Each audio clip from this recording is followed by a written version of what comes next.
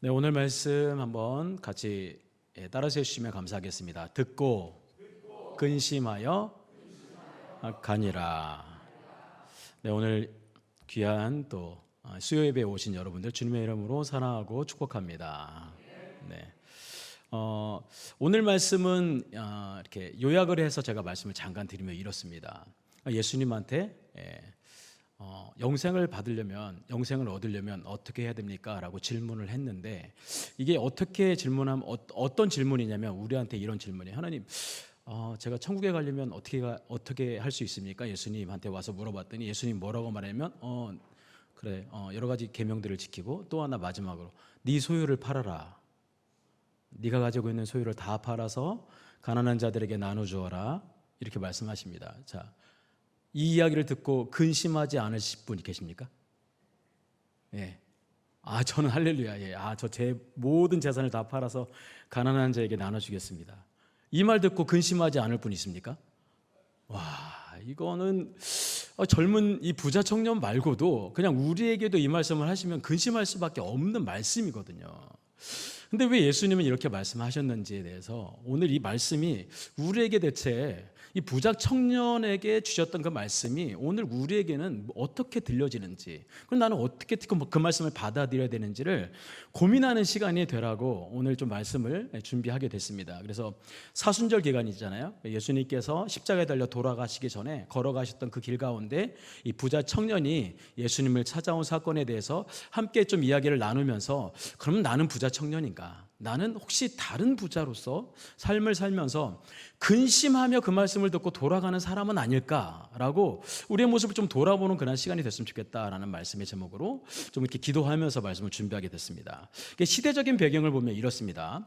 그러니까 그 시대에 영생에 관한 이 사람들의 이해는 어떨까라는 좀 생각을 해봤어요. 그러니까 영생이라는 것은 누구에게 주어지는 거냐면 오직 하나님의 지적이고 선택적이며 개방적인 은총에 의해서만 부여될 수 있는 것이 바로 영생이라는 겁니다. 그러니까 이걸 풀이하면 영원한 생명이죠. 그렇죠?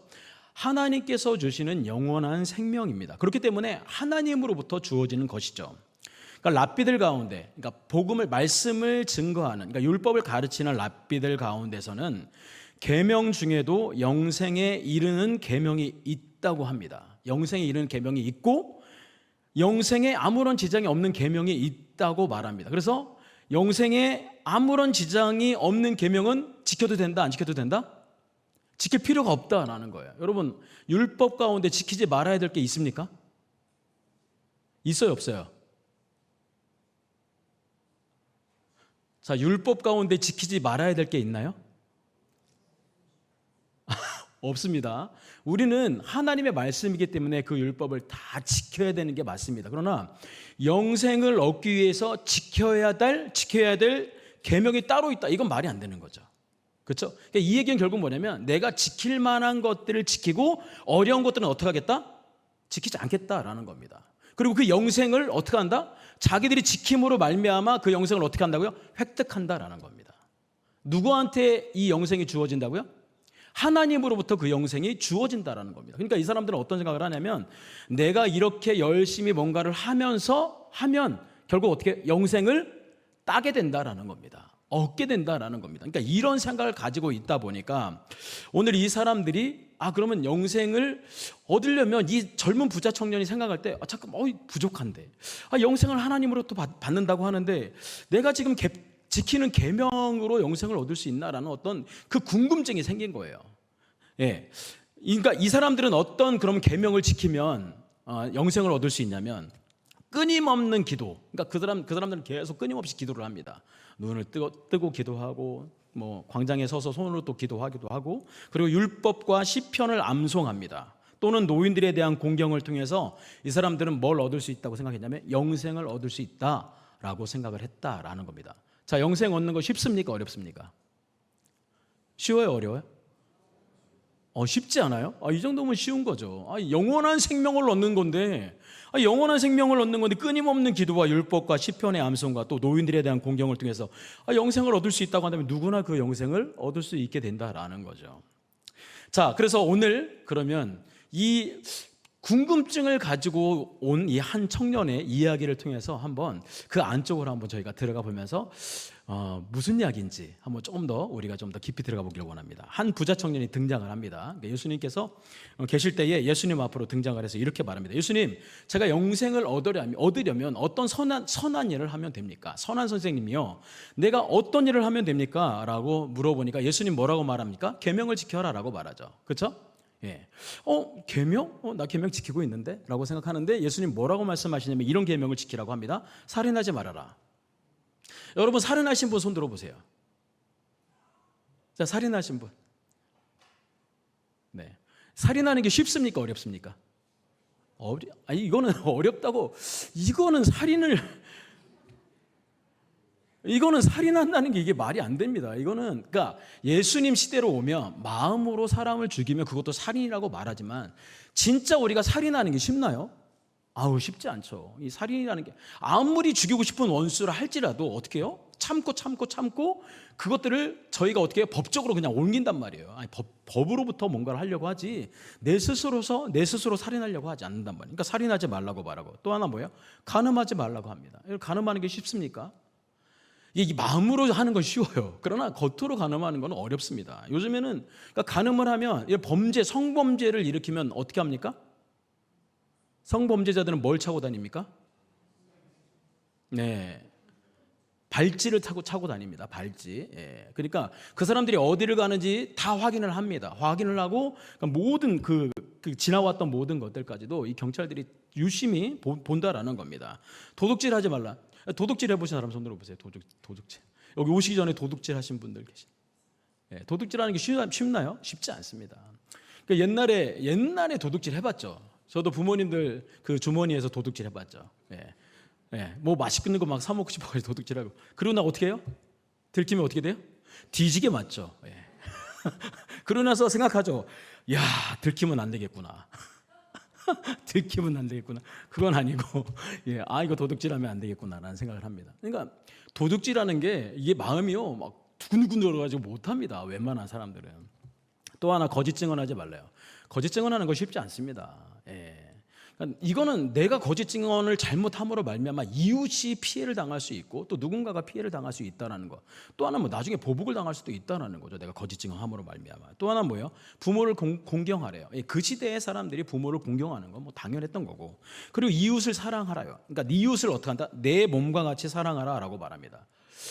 어떻게 보면 쉬울 수도 있고 어떻게 보면 어려울 수 있습니다. 근데 이거를 조금 더 깊이 들어가 보면 정말 어려운 율법이거든요. 근데 오늘 부자 청년은 뭐라고 말하는 줄 아십니까? 이렇게 말합니다. 이 모든 것을 제가 지켰습니다. 와, 이 부자 청년은요, 정말 부자이긴 하지만 어떻게 해요? 하나님의 말씀을 정말 잘 지키며 살아온 사람 중에 한 사람이에요. 그러니까 그럼 이런 마음이 드는 거예요. 그럼 나는 영생을 받았네. 난 그런 영생을 받을 수 있는 사람이네 라고 생각하는데도 뭔가 이상한 거예요. 뭔가 찝찝한 거예요. 그러니까 예수님한테 와서 물어보는 거죠. 그러면서 말하기를, 예수님도 똑같이 이렇게 말씀하시니까 그러면서 생각하기를 뭐라고 말하냐, 이렇게 또 말합니다. 그러면 제가 아직 무엇이 부족합니까, 예수님? 그럼 저는 영생을 받은 사람이네요. 받을 수 있는 사람이네요 라고 말을 한다라는 거죠. 그때 예수님께서 이렇게 말씀합니다. 자, 이제 여기서부터가 진짜죠. 네. 이게 청년의 마음이 너무 귀한 거예요. 예수님께서도 그 말씀을 듣고 나니까 이 청년의 마음이 너무 귀한 거예요. 그냥 안 와도 되거든요. 솔직히 예수님께 안 오고 나는 그냥 영생 받을 수 있는 사람이야 라고 생각하고 살면 돼요. 죽은 다음에 그 영생을 어디서 받으면 돼요? 지옥에서 받으면 되죠. 영원히 생명을. 그렇죠? 근데 그의 마음에 찝찝하다고 했잖아요. 그러니까 영원한 생명은 지옥에서도 영원한 생명이에요.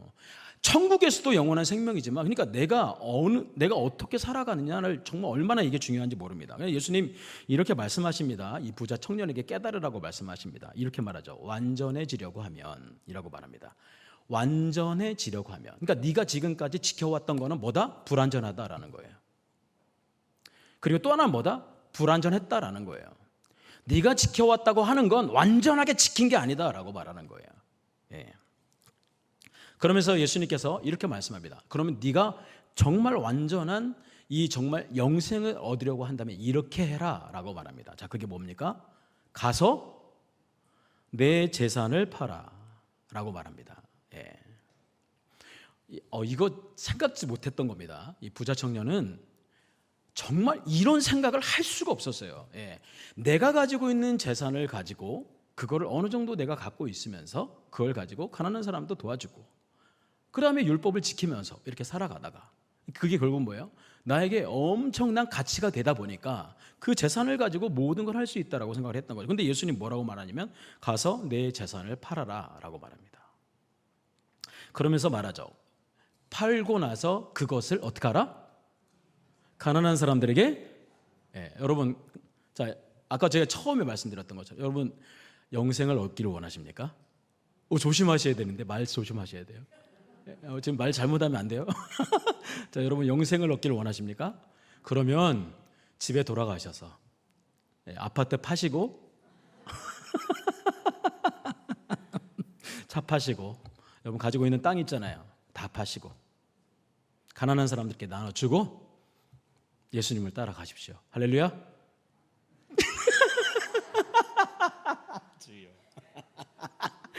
권사님 왜 때려요?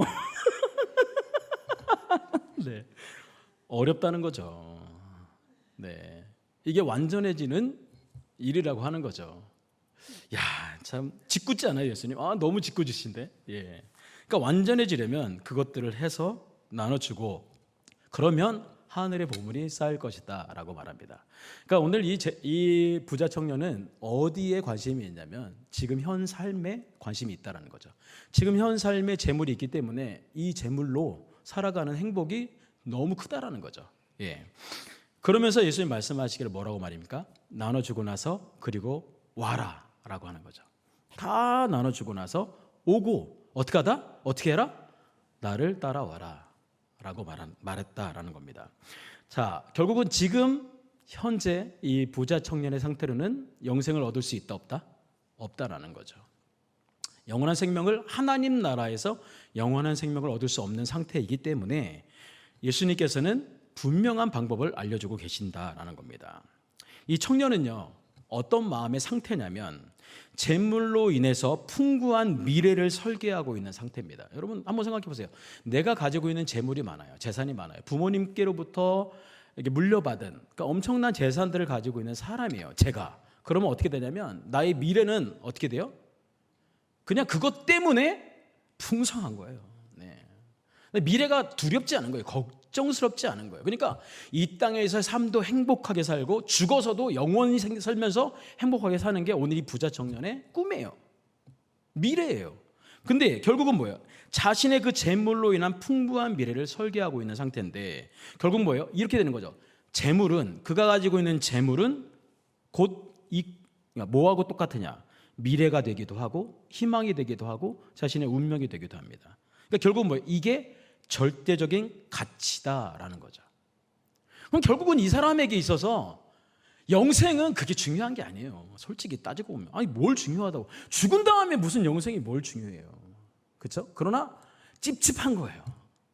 나 죽어서라도 그래도 내가 이렇게 내 현 삶에서 잘 살았으면 죽어서도 영원히 살면서 행복하게 사는 게 나에게 정말 이게 꿈이라는 거죠. 자, 결국은 이렇게 말하죠. 보물이 있는 곳에 자기 마음과 소망과 미래가 있다라는 것을 말하고 있습니다. 자, 이 이야기를 듣고 오늘 이 부자 청년은 어떻게 합니까? 근심하며 간다라고 말하고 있습니다. 근심해서 갔다. 이 근심해서 갔다라는 말의 뜻을 이 히브리어를 찾아봤더니, 그러니까 헬라어를 찾아봤더니 무슨 뜻이냐? 마음이 상할 정도로 슬퍼하다.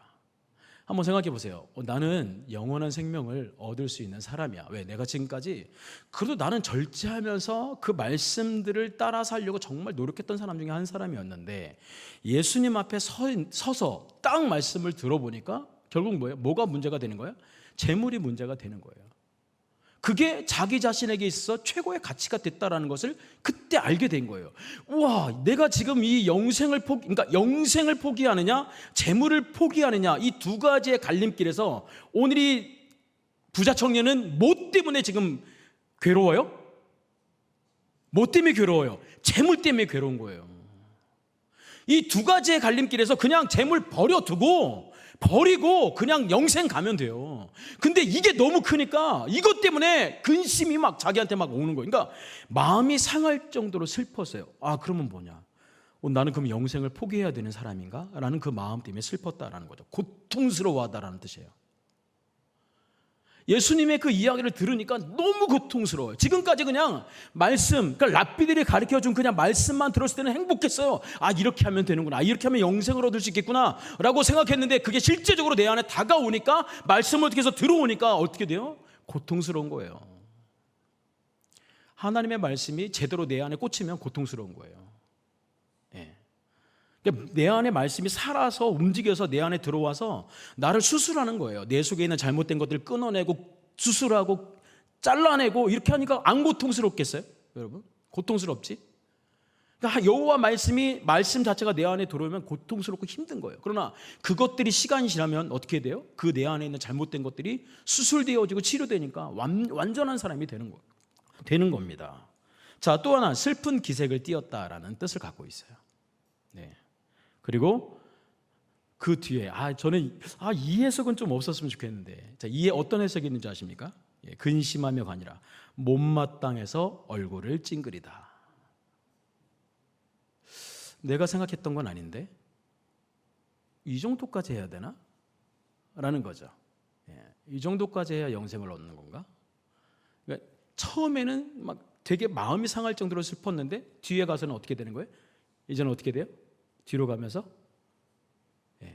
타협하게 되는 거예요. 내가 굳이 이렇게까지 내 재물을 버리고 내가 이렇게까지 영생에 내가 목숨을 걸어야 되나? 라는 생각이죠. 자, 제가 예를 한번 들어볼게요. 여러분, 천국에 가려면 어떻게 하면 됩니까?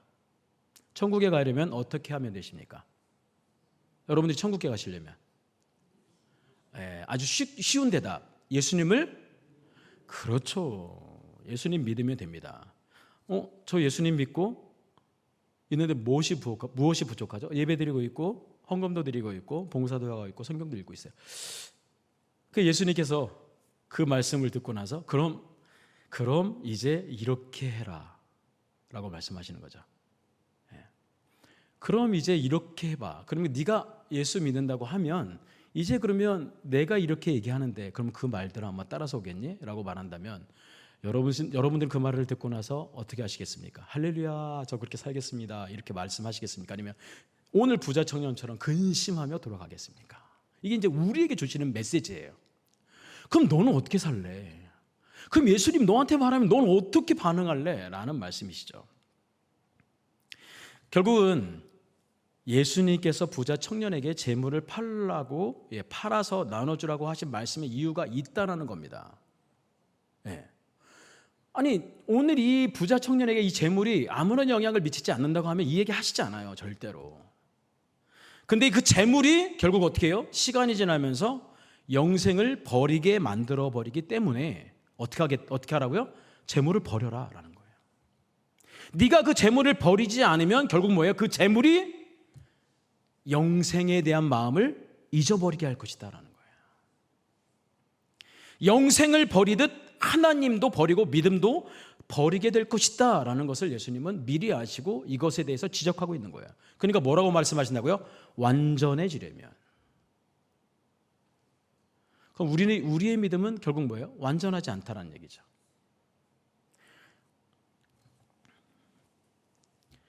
자, 왜 그러냐? 오늘 이 부자 청년에게 가장 큰 가치, 그 사람이 쫓아가야 되고 그 사람이 정말 목표를 두고 가야 될 것이 바로 뭐예요?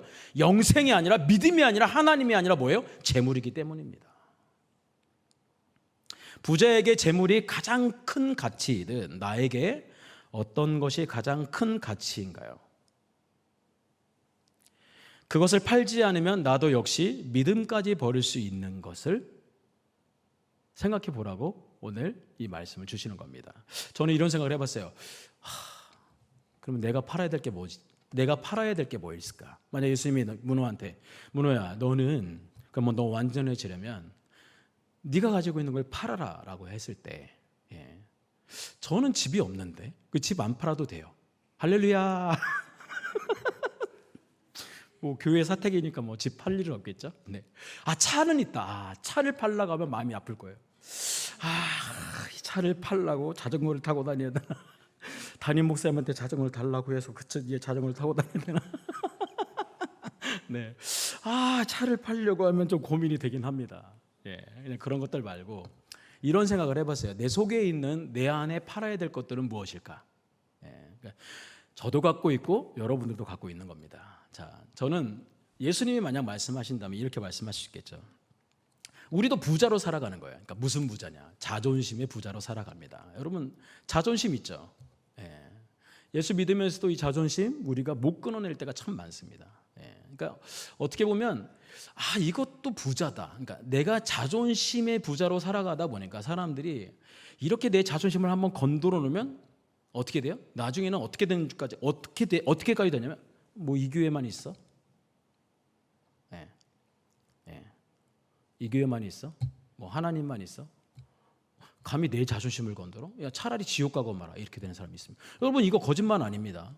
예, 자존심 잘못 건들면 큰일 날 분들이 계십니다. 다른 사람 보면서 다른 사람 생각하지 마세요. 그래 그 사람 그 자존심 아니요. 여러분 얘기하는 거예요. 여러분 저 얘기하는 거예요. 저도요. 저 예전에 저 고집 엄청 세거든요. 세 보이죠? 주여 예래 누가 예라 그랬어? 저 따로 면담하세요 저하고.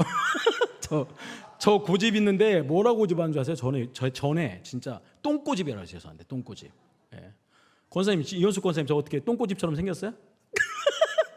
제가 이걸 언제 버렸냐면 제가 이 똥고집 언제 버렸냐면요. 제가 중학교 3학년 때 중학교 3학년 때 저희 저 모교회 담임 목사님한테 뒤지게 맞으면서 뒤지게 맞았다라는 건 막 몽둥이 두드려 패고 막 피나고 이런 게 아니에요. 그냥 맞으면서 그러니까 뭔가 잘못해서 맞고 나서 내가 이런 생각을 했어요.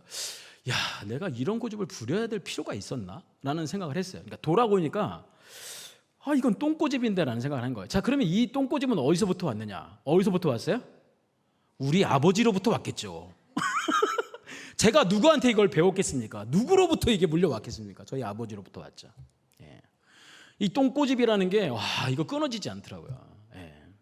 제가 교회 안에서 살다 보니까 제가 더 이상 부리지 말아야 될 똥고집이 있어요. 그러니까 이거는 내려놓으려고 많이 해요. 내려놓으려고. 안 그러면 그것으로 인해서 하나님의 영광도 가릴 뿐만 아니라 뭐 여러 가지 문제들이 저한테 와요. 그러니까 똥고집을 끊어내려고 하나님께서 막 그런 작업들을 참 많이 했습니다. 그러니까 이 자존심이라는 게 한번 여러분 보세요. 내 안에 있는 자존심을 누군가 건드렸어요. 근데 혹시라도 예수님이 너 그 자존심 팔래? 라고 말한다면 여러분 팔 수 있겠습니까? 신앙생활 아무리 오래 했어도 그 자존심 뭐라고 대체 그냥 나를 위해서 팔면 안 되니? 라고 말씀하신다면 파시겠습니까? 파십시오. 그 자존심 하나 가지고 사는데 그걸 어떻게 버려요? 버리십시오. 예수님은 자신의 생명까지 다 버리셨는데 안 그렇습니까? 네. 이게 참 사탄이 우리 안에 그 자존심을 건들잖아요. 그러면 그것 때문에 확 올라오게 해서 그것 때문에 싸우게 하고 교회도 떠나게 하고 진짜 그렇게 되는 경우가 참 많이 있어요. 그러니까 사탄이 내 자존심을 건드려서 믿음을 떠나게 만드는 그런 일이 없도록 어떻게 해야 돼요? 여러분들이 스스로 그 자존심을 죽이는 일들을 많이 하셔야 돼요. 그러니까 팔아야 된다는 거죠. 말씀을 통해서 자꾸 파세요. 말씀을 읽으면서 그때도 내려놓고 기도하면서 또 내려놓고 찬양하면서 또 내려놓고 누군가에게 무슨 얘기를 들으면 또 그것도 그냥 내려놓자 라고 말하면서도 내려놓고 잠잠한 마음을 가지고 또 내려놓고 이렇게 자존심을 건들면 건들수록 어떻게 해요? 그 사람이 사탄이 아니라 어떻게 해요? 사탄이 그 사람 안에 들어가서 그 사람을 통해서 내 마음을 흔들어 놓는 거예요. 그러니까 어떻게 해요?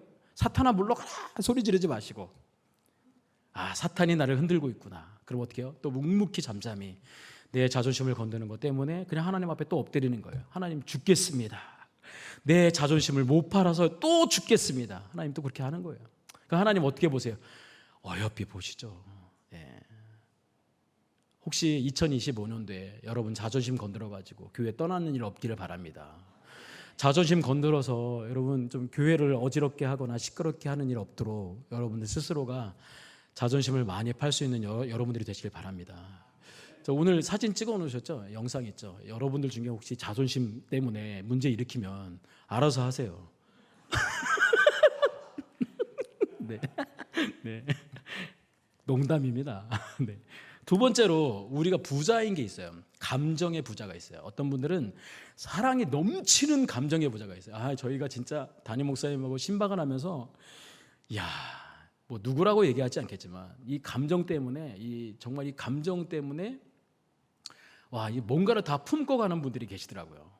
대부분 이 감정을 통해서 품고 가시는 분은 남자는 아닙니다.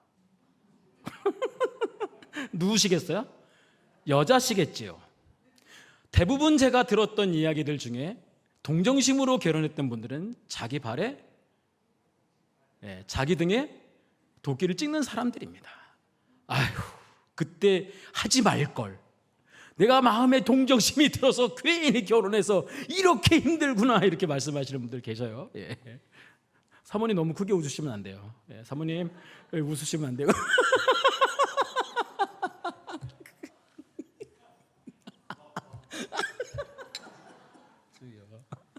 네, 제 아내도 좀 그렇습니다. 제 아내도. 네. 그러니까 사랑의 감정, 이런 좋은 감정들이 풍부한 사람들은 너무 좋죠. 그렇죠? 근데 내 안에 이렇게 올라오는 감정들이 있어요. 그게 그런 부자들이 있어요.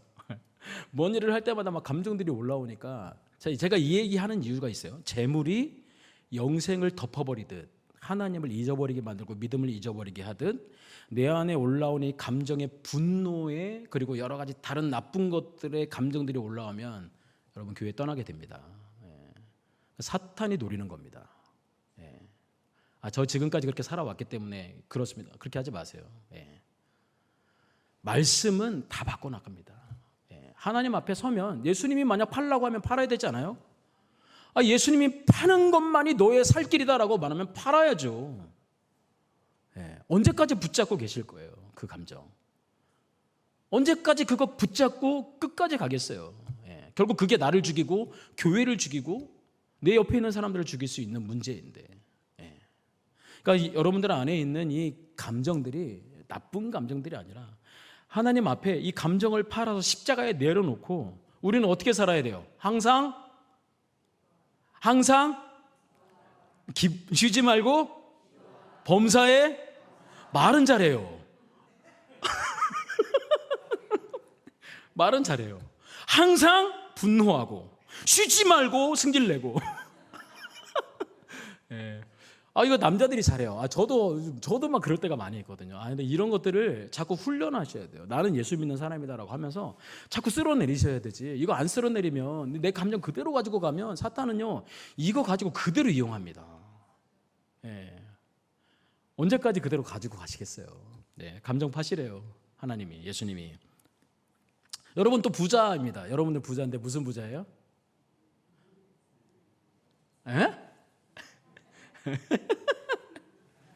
모든 사람들이 다 갖고 있는 겁니다. 시간의 부자. 시간의 부자, 시간. 시간. 여러분, 우리에게 하루가 몇 시간입니까? 24시간입니다. 누구에게나 다 주어지는 시간입니다. 여러분, 우리에게는 시간의 부자로 살아가고 있습니다. 이 시간의 부자를, 그러니까 내가 이 시간의 부자인데 이걸 팔아야 돼요. 그 시간을 팔아서 뭘 해야 돼요? 당연히 일도 해야 되죠. 먹고 살아야 되기 때문에 일도 해야 되고 다른 것도 다 해야죠. 가정과 자녀들과 이 모든 것 다 하셔야죠. 그러나 하나님이 주신 이 시간의 부자를 팔아서, 이 시간을 팔아서 뭘 해야 돼요? 예배하고 기도하고 말씀 보고 이러면서 어떻게 해요? 우리가 하나님 앞에 살아가야 된다는 거예요. 요즘에는 이제 우리가 뭘 해야 되는 시간이냐? 나라와 민족을 위해서 기도해야 될 시간이라는 거죠. 여러분, 시간 많으면 뭐합니까? 기도하십시오. 무릎 꿇고 나라와 민족을 위해서 기도하셔야 될 때 아닙니까? 하나님이 기뻐하시는 지도자를 세우셔서 이 대한민국이 하나님이 원하시는 나라로 세워가게, 또 하나는 다음 세대들이 미래를 꿈꿀 수 있는 나라, 그렇죠? 모든 교회가 깨어서 기도하고 모든 시간들을 팔아서 하나님 앞에 기도함으로 말미암아 교회가 어떻게 돼요? 세상을 비추는 등대와 같아서 어디로 가야 될지를 비춰주는 그 멋진 교회의 역할을 누가 해야 돼요? 교회가 해야 된다는 거죠. 그건 시간을 팔아서 해야 됩니다. 나에게 주어진 시간이지만 그것을 팔면 어떻게 해야 돼요? 그것을 통해서 활용할 수 있게 되는 겁니다.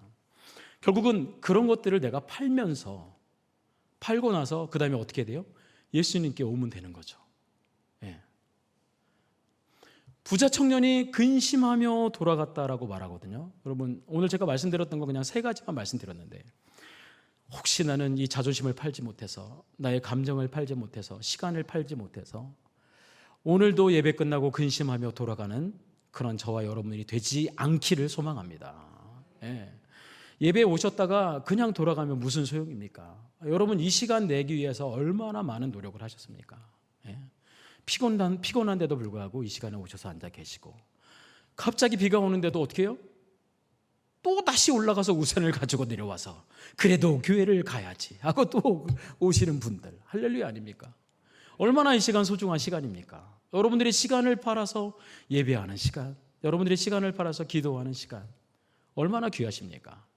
부자 청년은요, 이 재물이 자기에게 앞으로 어떤 역할과 어떤 것들로 자기를 이끌어갈지에 대한 것을 알지 못했습니다. 그러나 예수님은 분명하게 하셨습니다. 그렇기 때문에 완전해지려면, 부자 청년아, 네가 완전해지려면 너의 재물을 팔아라 라는 겁니다. 네. 오늘 말씀 꼭 기억하시고, 여러분들이 가지고 있는 것들이 있다고 하면 파십시오. 파시고, 우리가 어떻게 돼요? 이제 사순절 다음 주에 고난주간입니다. 그러니까 예수님 묵묵히 따라가면 됩니다. 예수님이 가셨던 그 길 그냥 나도 따라가면 되는데, 아이고 그게 안 돼서 오늘도 또 이렇게 근심하며 갑니다. 근심할 수 있어요. 걱정할 수 있어요. 그러나 결국은 어떻게 해야 돼요? 내려놔야 돼요. 팔아야 돼요. 여러분, 죽을 때 가져갑니까? 안 가져가잖아요. 죽을 때 다 내려놓고 갑니다. 언제 죽습니까? 언제 죽어요? 아니, 하나님 오라고 하면 가는 거지 뭘. 아니, 언제 가는 게 어디 있어요? 하나님, 예수님 오라고 하면 바로 가는 거지. 안 그렇습니까? 준비하셔야죠. 언제든지 준비하셔야죠. 그래서 여러분들, 내일 하지 내일 모레 하지 이렇게 하지 말고 오늘부터 자존심도 팔고 감정도 팔고 시간도 팔아서 하나님이 원하시고 기뻐하시는 그 길로 걸어갈 수 있는 저와 여러분들이 되시기를 간절히 소망합니다.